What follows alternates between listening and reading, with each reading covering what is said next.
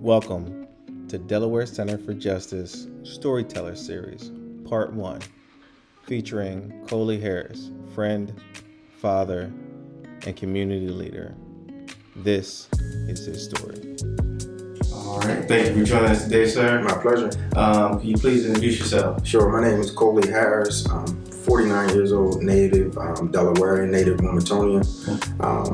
Currently, I do some work with my own organization, which is Out of the Ashes, LLC, and Delaware Family Restoration Services. I also do some community engagement work with the Office of Defense Services, which is the Public Defender's Office. Awesome. I know we're here at this explosion fair down in the DSG currently. Can you tell me a little bit about how you got connected with ODS? Yeah, so the short story is I got connected to ODS because one of the individuals that I did some community work and also did do some research with, he sent me over the posting for a position. They were looking for somebody to help them to better connect with the community and kind of just exchange the information and some feedback from the community about their offices and share some of the good work that ODS is doing. Awesome. Can you tell me a little bit more about your nonprofit that you started as well? Yeah, so I have a not-for-profit, which is Delaware Family Restoration Services,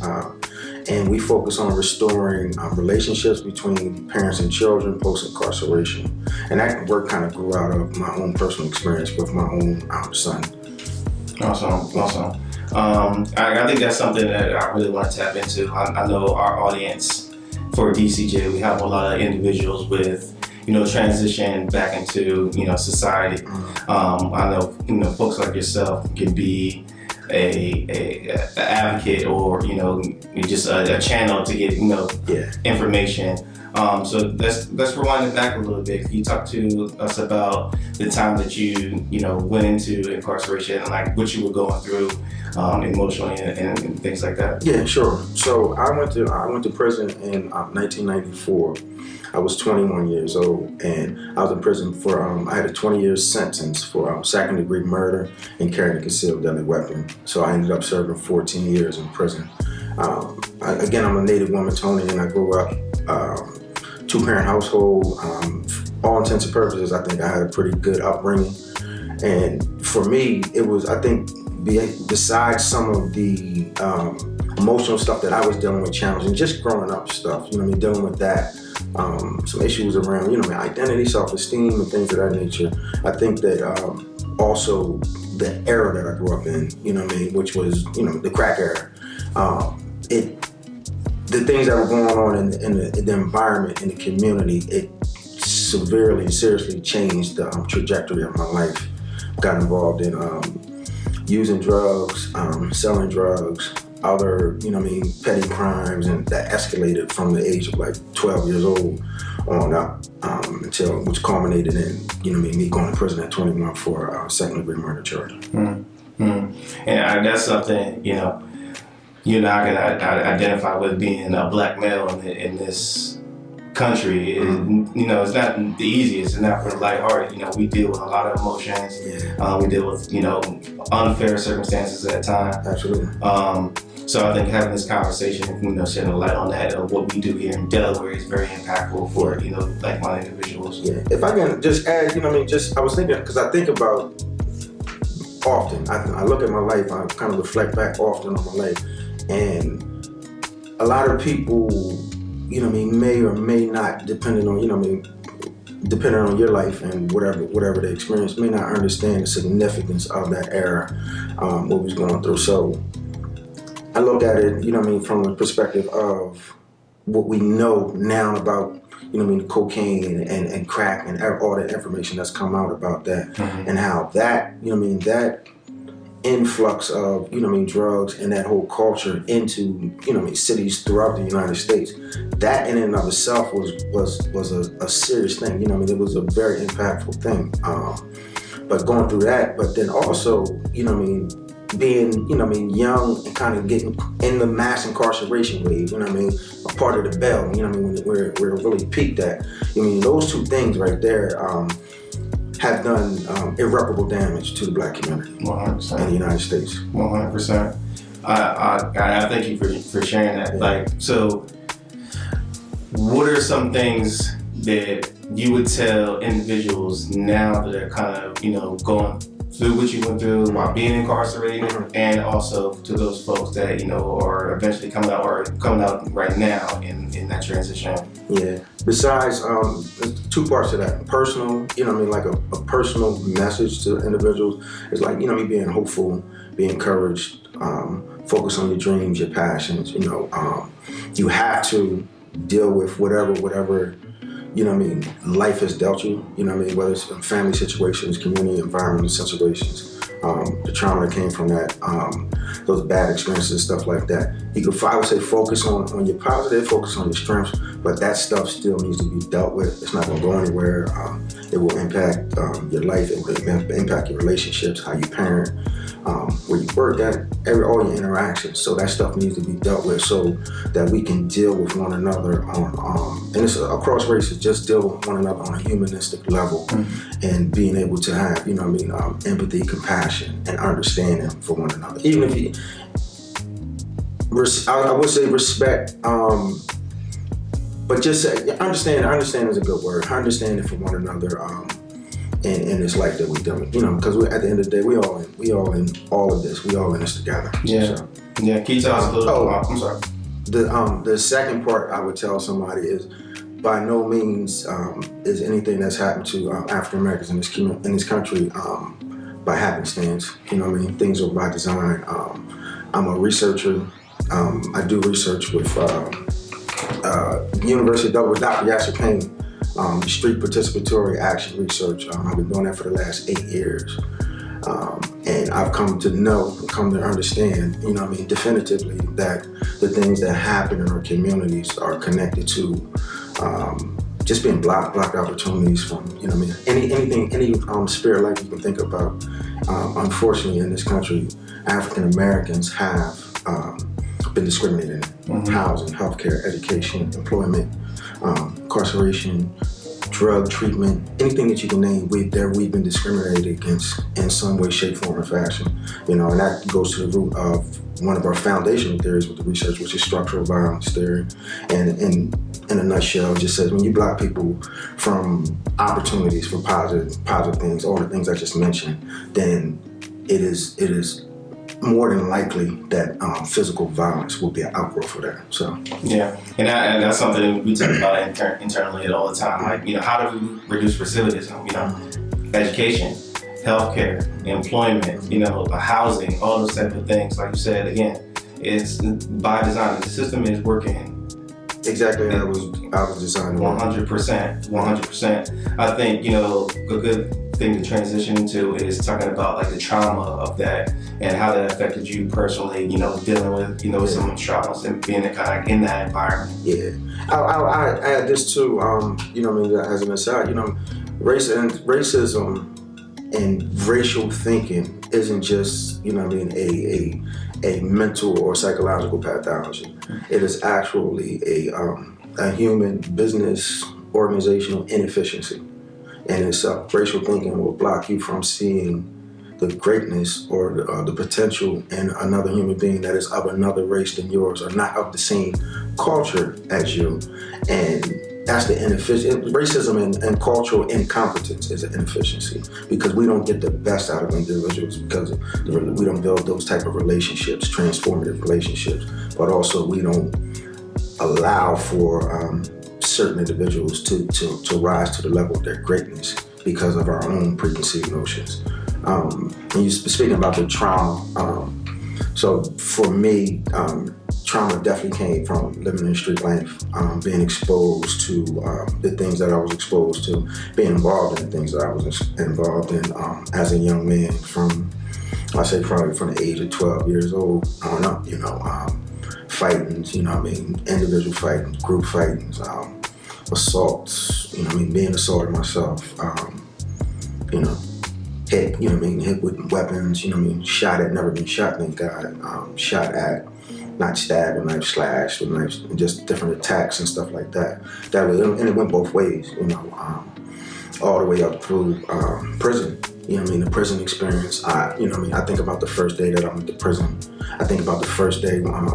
I remember the time being spent in prison. I remember time when I transferred from Gander Hill down to Smyrna, you know what I mean, that whole experience and going through all that, you see a lot of things and you experience a lot of things. You know what I mean, death, sickness, individuals not getting the type of care that they need. It's a lot, you know what I mean, it's trauma, you know what I mean, personal trauma, then it's the vicarious trauma, you know what I mean, and it's compounded trauma, you know what I mean, from neighborhood to prison yard to back in the neighborhoods now. Now, most of the, you know what I mean, the trauma that I experience is like a lot of vicarious. I've been doing work around conflict mediations and things of that nature for years, you know what I mean, officially and unofficially, it never stopped. And then, you know, meeting young brothers, you know what I mean, building with them, young brothers and sisters, building with them, and then, you know, the next week or a couple weeks ago, they're dead. You know what I mean? That type of stuff. We had an interview one time with a young brother doing a current research project that I'm working on with Dr. Ping and University of Delaware and the Center for Court Innovations in New York. And, you know what I mean, Tali and I, we did an interview and, you know, like a week or two later, you know what I mean, young brother, you know, he was promising, you know what I mean, he was talking about his hopes, his dreams, aspirations, child, and all of that stuff like that. And he, you know what I mean, he lit up and he wanted something out of his life. And he got murdered like a week after that. All of that stuff, you know what I mean, it kind of lays on you, you know what I mean, and you know what I mean, lays heavily on your heart. Mm-hmm. So. Mm-hmm. Wow. I think, you know, that, thank you for sharing that. I think, you know, that it's important to, you know, to hear that, you know, come from someone like yourself. And just giving more of an insight, especially to our audience. You know, our audience is definitely, you know, the justice impacted community, but I think it's also those ones that want to help but don't know how to help. Right. So that leads me into talking about what you do currently, your nonprofit, and like how that all got started in a relationship with you and your son. Can you give us some more information on that? Yeah, sure. So again, I went to prison in '94. My son was 2 years old, right? So he didn't have really any understanding of what was going on with me in the process.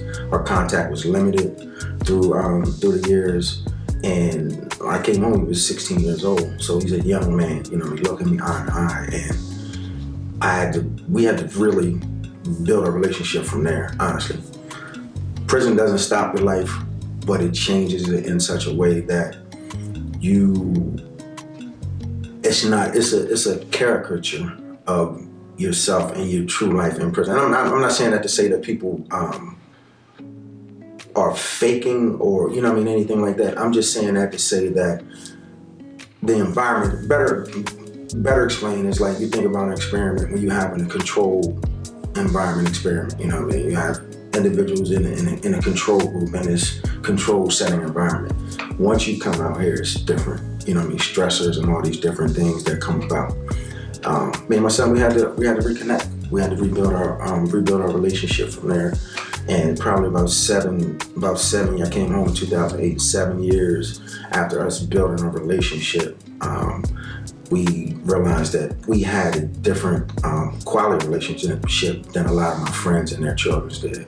A big part of that is we, on Sundays, 10 o'clock faithfully, he and I would link up and we would walk. We would walk in Wilmington, walk at parks, we would walk and talk. A lot of things happened during those 7 years of walking, you know what I mean? And we still, you know what I mean, do that to this day.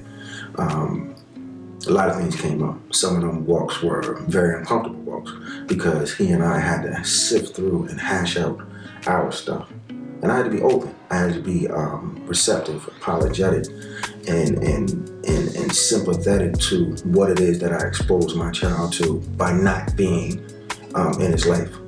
And by that I mean just not having his father there. His mother, you know what I mean, his grandparents supported him, loved him. He had everything that he needed. He didn't have his father.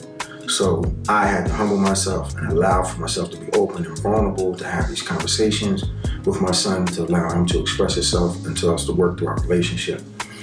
7 years later, after these, you know, these years of walks and talks and conversations, we've realized again that some of our counterparts, his friends, my friends, didn't have the same quality relationship.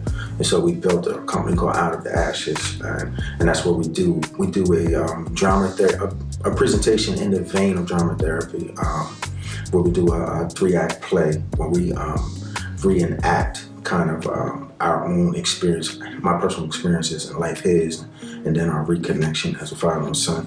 And that's taken us doing work in California, you know, we presenting at conferences throughout Delaware. We did work with schools and things of that nature around that through Out of the Ashes, which is our for-profit.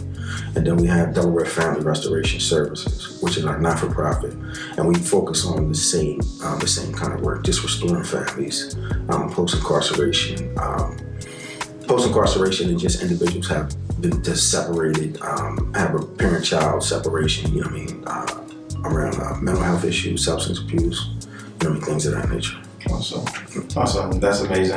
How can someone get in touch with you if they need to get more information? Yeah, so our organization, you can email me at coley@dfrsde.org. You can also, we have Out of the Ashes, LLC.com. You can go onto our website, see some of the amazing work that we've been doing, and submit a contact through there. My telephone number is 302-983-6543. More than happy to help in any way that we can. Awesome. I think lastly, I want to ask if you had anything, you know, motivational or something like that, that someone that that are currently in the shoes that you were in, what would you have to say to that person? I was fortunate, and I say that because even going through the prison process, I was surrounded by a group of individuals, men, brother men, Tyre Uhuru and Fountain, Kenny Rogers, and these guys helped me to really deal with the stuff that I was going through, but they wouldn't allow for me to settle. They wouldn't allow for me to get settled in there. They kept me on my toes, kept me growing, kept me challenging about myself and other things, just increasing my information and knowledge. I came home. I had friends and good friends like Daryl Chambers, Wolfie. I met Dr. Payne, you know, and got involved in that research work. Another gentleman that helped me out was Dr. Mike Barbieri. I was working at a hotel. He gave me a job over at, it was Crossroads, which is closed now. But Dr. Mike saw something in me and gave me an opportunity to start to working with, not necessarily working with the kids, but I was the office manager there. And, you know, he helped me to cultivate some skills and things. And just continue to go from there. Saying all that to say is utilize your resources that you have. People that are there for you. You may not have what I've had, you know what I mean? And including my family, obviously my family and them support me. You may not have that. Utilize your resources. Whether it's family, whether it's friends, whether it's organizations like DCJ, Delaware Center for Justice, Out of the Ashes, DFRS, Office of Defense Services, you know what I mean? Connect with people who have, you know what I mean, who connect with people with resources to help you to get to where it is that you want to be. And probably lastly, I would say, you know, be of a positive mindset. You know, it's not going to come easy to you. It's not going to come quick. The money that I made working don't look like nothing like the money that I made when I was in the game. You know, however, you know what I mean, you can come out and have a decent life and move forward in your life. You have to be, you have to be willing to do that. You will run into obstacles. You will run into challenges, just to transition.